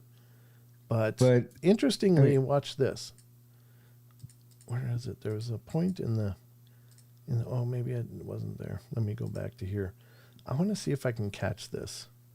If I can. I thought there was a point where you could actually see two legs underneath the orb as it went up, but I want to make sure. So what I find is kind of weird, and watching this now a few times, that right before, I guess that's the dog there. Yeah. Yep. Scoots off. It almost looks like it moves to a different location. Huh. And it doesn't look like it walks, but it looks like all of a sudden the dog has moved for like a split second to a different. Yeah. Yeah, it like goes backwards and then up, like a quick shift. Yeah. And that's not a movement that a dog would normally make. Right. Yeah, I don't know.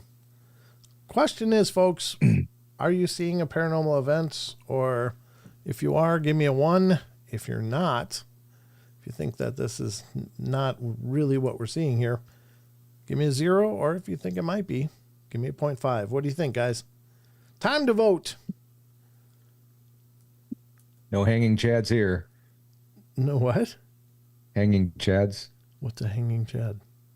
You know when you're punching out ballots when you vote on voting day. Okay. And the little part of the paper that sticks on the bottom, it doesn't completely fall off. It's a hanging chad. Oh. I don't know how you know this. It's filled with just useless information. Okay, so we got a lot of Sharon, not so much. Aussie's all in. Karen Alberting's all in. Chucky Danger's halfway there. Owl thinks maybe. Marcia, not so much. Kitty Cattywag 0. Michelle Wolfong, kinda. Rachel thinks maybe. John Stevenson, nope. Mike Prine, nope. Wizard Moon, maybe. And 1 or AI, Elaine Clifford says, yeah. That's certainly always the possibility with any of these, and that's the currency of the modern era, unfortunately. Yeah. Linda's not buying it. What's going on over in Rumble? Barbara Moore thinks, yeah, this could be real. Car Juice, yeah. Justin Good Earth, yep. I think it might be. I don't know. I mean, certainly animals get abducted. I don't know. It's weird how it literally transforms into an orb, though. I would expect to see a dog get, hauled away, like as if something grabbed it and just yanked it up. But it looks like it's actually transformative, which is really weird. I think for me, if that dog didn't move, like it skipped to a different back a little bit or whatever, and didn't look like it moved its legs or anything, I would say yeah. But since it did that, I'm going to say no. It didn't look like a natural movement before it went flying off. Yeah, to me at least. I'm just repeating that part right now on screen, and you can see that it does like shift back and then go up in the air. Yeah. But it is strange. I don't know, what would magic look like though, Paul, if you were to see something magical? Exactly. That maybe. Yeah, maybe this is it. I mean, we often say, I really do firmly believe we live in a magical world. It's just, what does it look like? Maybe this is what it looks like. I mean, we did talk earlier about spacecraft and stuff coming into the Earth. Maybe just above that video there was a spacecraft. Sure. And maybe it beamed it up, took it. Maybe maybe that's it. But sure. I don't know what a dog abduction would look like. But I don't know either. And that's a great question. I don't know. But I don't want to find out because I love my dogs. I love all dogs. I don't want to see any dogs get abducted. Yeah, no dogs were hurt during the filming of this show, ladies and gentlemen, just for clarity. But it is interesting. I think those are great takes. Yeah. I don't pretend to know. I would love to say that's not real because, of course, the idea of someone sucking one of my beloved pets away would, make me rage incredibly, but I don't 100%. I don't know what I'm looking at. And I just Yeah. can't say for sure. I'm trying to find the minimize button here so I can make it smaller again. There we go. All right, so that's that one. I think we're going to go on to the Cryptid Corner when we got the last 20 minutes of the show for that. So, ladies and gentlemen, it's time for the last segment of our show. And we're going to go out with a bang. Bang. Yeah. Go out with a bang or a wood knock? Bang, would knock, whatever. I just got to find the transition. I don't know where the hell it is. Is it not on this screen? Maybe it's not. Maybe I got to go to here. I'll have to add it to this other one. That's weird. I thought I had it on here. Let me do this. I'm going to just... Weird things happen when I'm around. Well, no, it's just stupid things that shouldn't have happened. But it is happened, and there it is. I think this is it. Let's go. Okay. Yeah, this is it. No, not yet. I thought I saw a shadow Behind me? Behind you? Oh, behind me. Oh, okay. I don't know That's what me. that, sir. I don't know, but I do know that it's time for this. Or this. Ladies and gentlemen, it's time for the Cryptid Corner.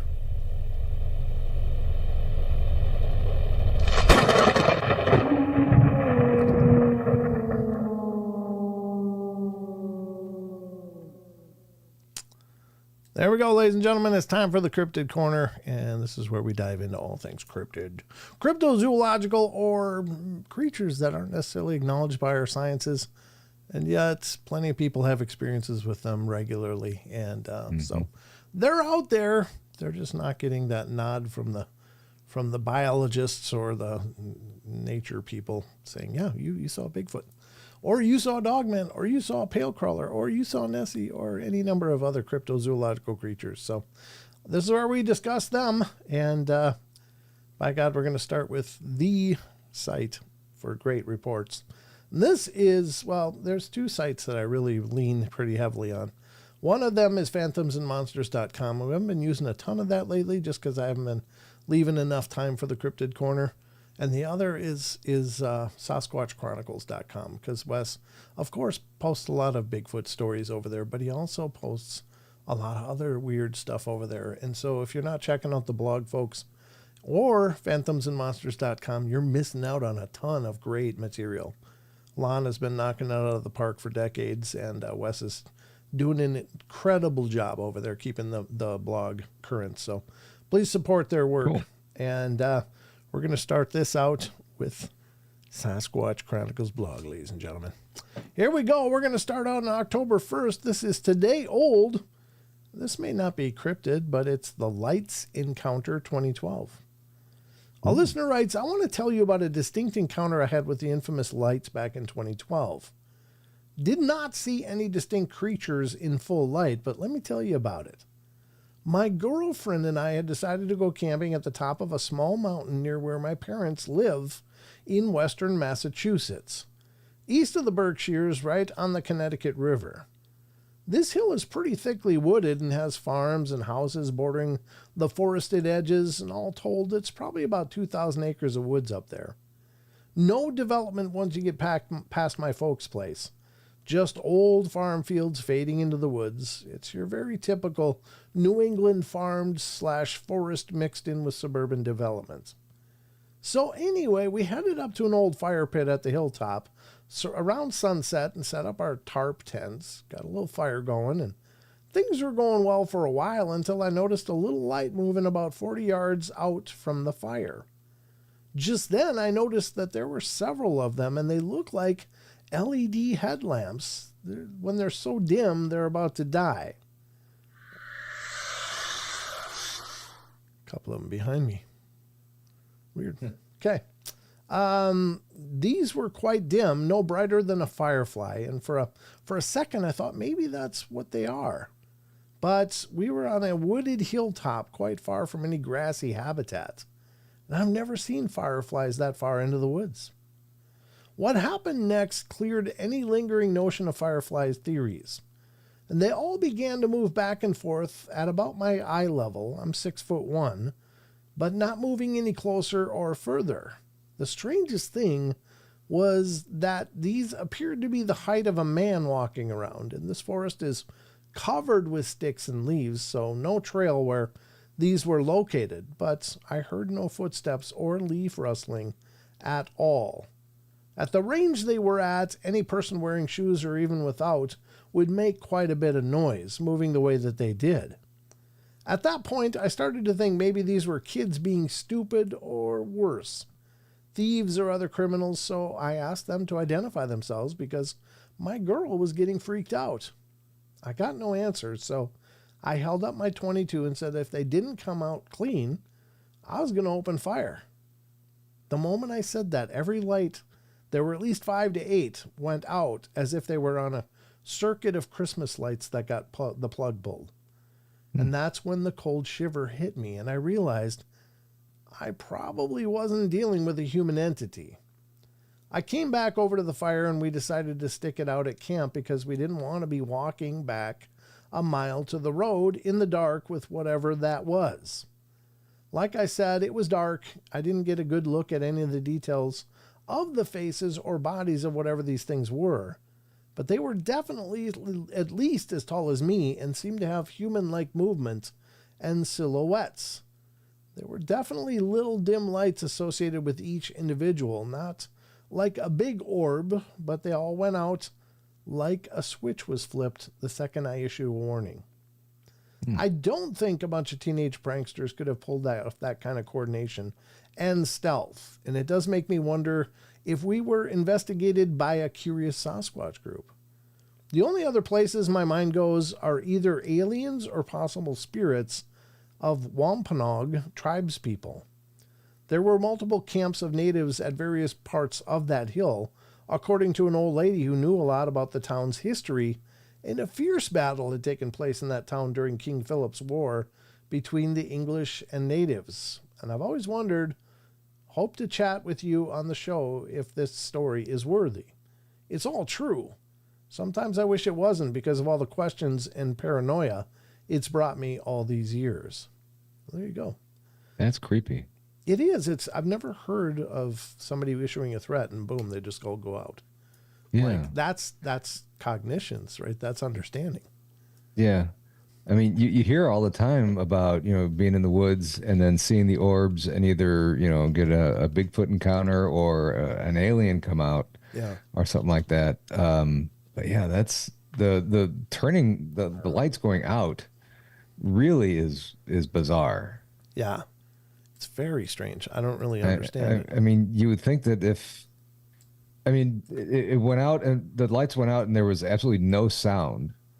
Right. I mean, you would think that, the orbs would go away and that would manifest into, if what we think is possible, that the orbs could manifest into the alien or the Bigfoot.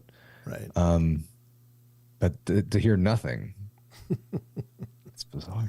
That is bizarre. I don't know what to make of that, but That's pretty much all I got on that one. That's bizarre. Yeah. I don't really have anything to add, honestly. It's one of those weird things.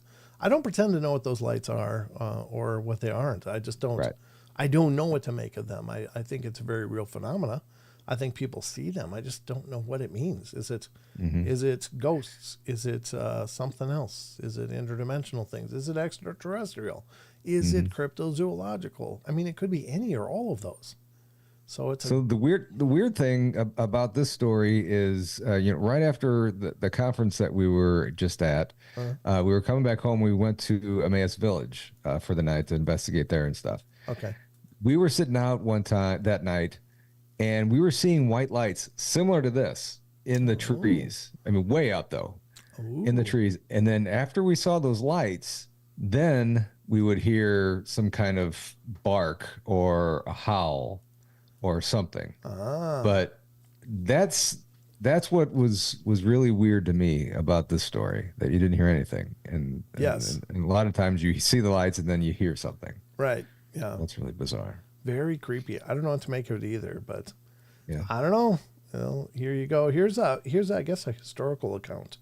of a Bigfoot encounter, and this is one I'm not familiar with. It's called the William Rowe Bigfoot Encounter from Sasquatch Chronicles. And I'm not familiar with this story, so let's dig into this. Are you familiar with it, Paul? No, I'm not. Me either. So this is one that Wes posted over there on the blog. The William Rowe Bigfoot Encounter. The chill of October 1955 clung to the slopes of Mica Mountain in British Columbia as William Rowe made his way up the trail. Rowe was no stranger to the wilderness, a seasoned woodsman and hunter who knew the shape, sound, and smell of every creature that roamed the Canadian Rockies. But that day he would see something that would challenge everything he thought he knew. As he rounded a bend in the trail, Rowe froze. Just ahead, partly hidden in the brush, was a massive, shaggy figure bent over, feeding on leaves and berries, and his first thought was simple: bear. He dropped into a crouch, rifle steady, heart thudding, against his ribs as he waited for the beast to move into the open. And then it did. The bear rose to full height. Rowe's breath caught. This was no grizzly. Before him stood a towering figure, upright, broad, and powerfully built, covered head to toe in dark brown hair tipped with silver. The creature loomed nearly 7 feet tall. Its arms were impossibly long, hanging near by its knees. Its head seemed small for its massive shoulders, and its face, its face, was flat, human-like, with a heavy jaw and piercing eyes that glinted in the mountain light. What struck Rowe the most was the shape. The creature was female. The swell of her breasts left no doubt. Rowe's rifle wavered. The hunter in him whispered to fire, but the man in him recoiled. I can't kill something that looks so human. The creature shifted, and she turned her head slowly, deliberately, and locked eyes with him for a heartbeat. The forest was silent. The two of them, man and beast, caught in a moment older than time. Then, with calm, almost disdainful grace, she turned away. Her stride was long, swinging her arms like a person's. Rowe watched her climb the slope, step by powerful step, until she vanished into the timber, leaving only silence and the pounding of his own heart. Years later, Rowe would swear under oath what he had seen. He hadn't misjudged a bear nor been fooled by shadows. On that lonely mountain trail, William Rowe had locked eyes, looked into the eyes of something unclassified, something ancient, a Sasquatch. According to Rowe's sworn affidavit, it was about 6 feet tall, covered from head to foot, with dark brown, silver-tipped hair, and it had a rather small head for its bulk, with a short, thick neck. Its arms were very long, reaching almost to his knees. He also noted a flat, human-like face with pronounced jaw, a feminine shape. The creature had breasts, which had made him conclude it was likely a female. No clothing or tools, but it walked upright with long strides like a human. Large, human-like feet visible when it walked. And there's a depiction. Now, I know I've seen that depiction of it before. Let me slide it over just a little bit to get it more into frame. But I've seen this image before. So I didn't know that this was his. Okay. It doesn't, I mean, it seems very upright, and you expect always a little bit of a forward lean, but just could be an artist conception or whatever.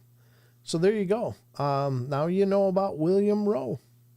This is my first time hearing his encounter. How about you, Paul? Were you familiar with this? No, I wasn't. That's pretty interesting. Yeah, it is, isn't it? Really weird. I mean, it sounds, I mean, like a definite Sasquatch. Yes. Except the height kind of threw me. I thought it would be 7-8 feet tall or taller, but only 6 feet. Well, he said 7 in the narrative, but then the actual account said it was every bit of 6 feet tall. Now, here's the other part of it, is that generally speaking, not all of them are the big alpha males. Like 6-7 feet is not uncommon for a Bigfoot. It's uncommon for humans. Like once you start talking 6+ feet, the number of human beings that could fit that mold goes down drastically. Once you hit 6 feet and go above that, the number of human beings that are that tall or taller is more and more rare every inch you go, or every half inch or whatever. But so, I mean, you get to mathematical impossibility at some point, but the males, of course, are the ones that get 7, 8, 9, 7, 8 feet. 10 feet. Yeah.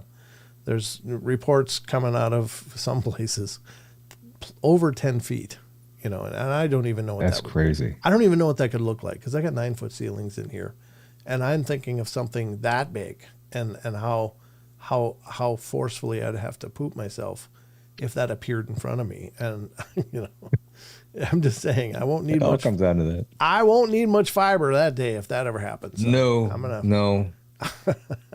I mean, that would be incredible to see something like that. Yeah. Hi, Amy. Not close, but I mean, Yes. that would certainly be incredible to see something like that. But Yeah, at a distance. Would you imagine Yeah. just hiking along a wooded trail and suddenly it steps out like 10 feet in front of you? It's like, I mean, what do you do with that? Yeah, I- I would lose all bodily control and just Yeah. it would just be a mess. I don't know. Like my closest comparison is having the one growling behind me that I think was a Bigfoot, and it was the most terrified I've ever been in my life, even to this day. Happened when I was 14 years old, and through all these years, and many other scary things have happened throughout my life, but I've never been that afraid again since then. I don't know. I mean, something that you really don't know, and something that could be so big and so massive, growling at you. I mean, growling is not a term, a sound of an endearment or anything. Yeah. I mean, I don't see how you could not be scared. I mean, I certainly would too. I mean, that's. I think that that even maybe not knowing was good, because I didn't know what to do with it. At the time I had no concept of a Bigfoot being impossible in Minnesota. I knew they were in the Pacific Northwest. That was where they told me. Leonard Nimoy and In Search of told me it was in the Pacific Northwest.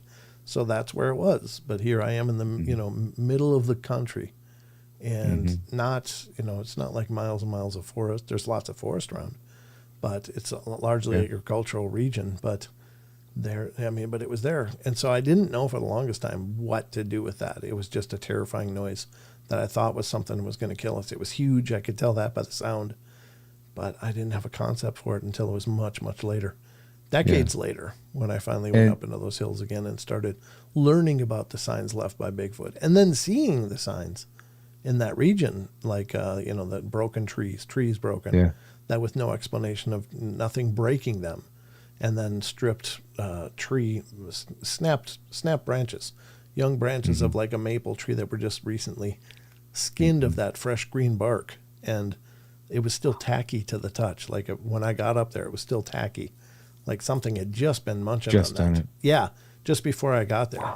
So I was like, oh my God. And my youngest son that was with me when I realized that, or no, my oldest son was with me, but another time I was up there, my youngest son, and I didn't feel it at the time. He said, Dad, I don't like it here. I feel like something's watching me. I feel like something's watching me. And I'm like, okay, well, we can be gone. We can go. And so we did.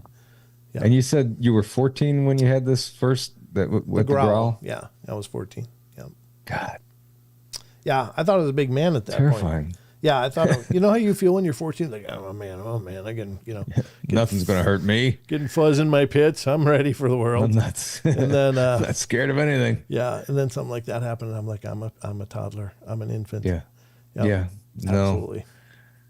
Yeah, that's scary. And then for your son to feel like something was watching, it probably was. I mean, if you were by all those signs, the tree breaking and everything, Yeah. it probably was in their living room right there. Probably. Yeah, that's just it. I don't know if they're there all the time, because I never had, I lived at the foot of this hill for my entire life, and I'd only hear weird things every once in a great while, like you hear a tree crack and fall, and that was really rare, but it happened. I remember thinking, wonder why that tree fell just suddenly. Never put two and two together that it could have been something like this, but I didn't know at the time. Yeah. Yeah.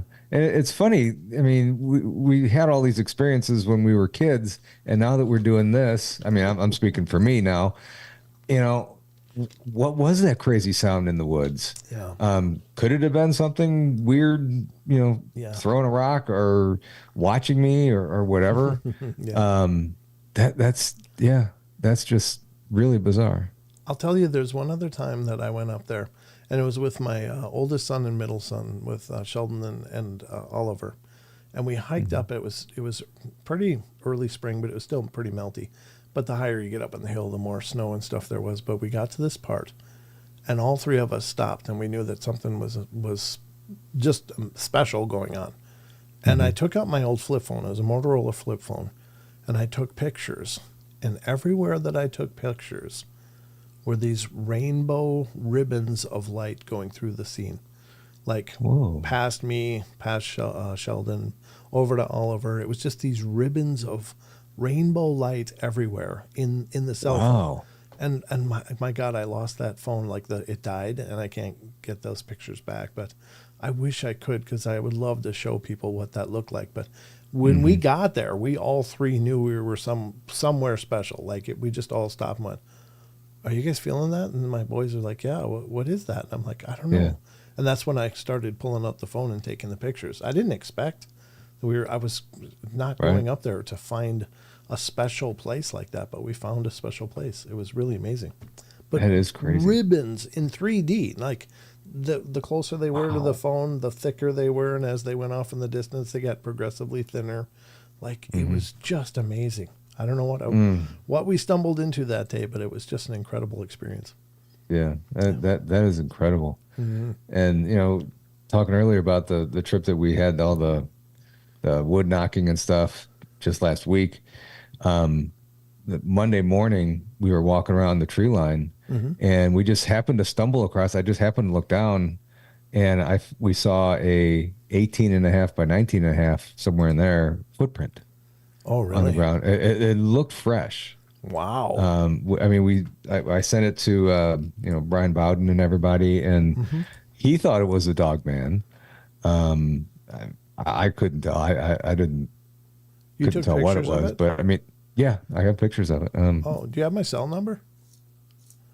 Or my email or whatever? Give me your cell phone number right now. Right now? Maybe after the show, Paul. Thanks. Let me see if I have you in here. Not that I don't love y'all, but I I do. Okay. Hang on, let me. Send it to me, please. I am sending it to you right now. Does your phone have a LiDAR scanner on it? I don't think it does. Okay, you should find out, because those are great. You can scan anything in real time, including footprints, which are, they're depressions. But it'll give you the ability to measure them after the fact with, lines tapping on points on the screen. And my phone has it. Yeah, there it is. Okay. Yeah, I just sent it to you. Yep, I got it. So, are you going to put them on the screen, or are you going to? No, I'm going to look at them first. Yeah. Okay. So, there's a foot on the thing, kind of to do size comparison and stuff, and that was Natalie's foot. She's got really small feet, but I mean, you could clearly see a heel on the back and then some toes up front on the top. I'll try to. It was really crazy, and the really weird thing about, I don't know if it's weird, but ever since we saw that. And before all this, I'm mostly a ghost person, alien person. I really don't know much about Bigfoot. I'm learning more. But ever since we saw that, ever since we caught that footprint, I cannot wait. I've been thinking nothing but going in the woods and trying to find out what made that print now. I mean, Yeah. it's weird. It's bizarre. Yeah. But, I am planning on going back in there sometime soon. And going up that way with help, because I don't know what I'm doing with it. So I mean, that would be really interesting just to find out what that is. Yeah, very cool. Very cool. Yeah. I would say, yeah, if you go, let me know, but I'm not driving 2 days again. Yeah, Not doing that's it. a little long for you to drive down there for a little weekend. If you ever find yourself up in the north tip of Idaho, I'll take you out around here. We can wander Okay. around. Definitely. There's a lot of claims around here. Yeah. So Yeah. Yeah. I'll be up there if I can. Okay. Very good. Well, Paul, take a couple minutes to let people know how to stay in touch with you and the Paranormal Among Us and all of that. Well, yeah, just come on over, do a search on YouTube, Paranormal Among Us, or Paranormal Paul is what I go by. You could reach me at paranormalamongus72@gmail.com if you have any interesting stories, or Paranormal Among Us on Facebook. We do live shows every Tuesday and Saturday night. Just having a fun time and learning all kinds of stuff, meeting all kinds of great people. Just like I met Brent the other weekend, whatever that was. Just like we met whenever that was. Yeah. It seems like it was just yesterday, but I'm realizing it was like a week and a half ago. Yeah, it was a blur, wasn't it? It feels like a blur, but Yeah. thanks for coming on and doing the show with me, brother. This has been Hey, fun. anytime. Thanks for the invite. And anytime you want me back on, I'll be more than happy to come on. This was fun. All And right. like I said in the beginning, I needed a good laugh. I needed a good end of my day. And I think we got it. I enjoyed this. Thank you very good. much. Yeah, my pleasure, brother. Thanks again. And ladies and gentlemen, thank you for being here and being a part of the journey as always. Go over and check out Dave Scott on Spaced Out Radio. Check him out. See what he's up to over there. Go Storm SOR. Go over there right now. Right after you leave here, and check out the show. Dave's working hard over there and doing a hell of a job. Good to see you, Unknown. You're a little late, but good that you made it. It's going to wrap it up for us here, guys. I'll be back on Friday night with Sheldon, and then on Saturday with Chucky, and we'll drive the week away. So until next time, folks, remember, love you all, be good, be kind, be nice, take care of each other, help each other out, find the magic in every day, and remember to laugh as much as you can. Good night, everybody. Night.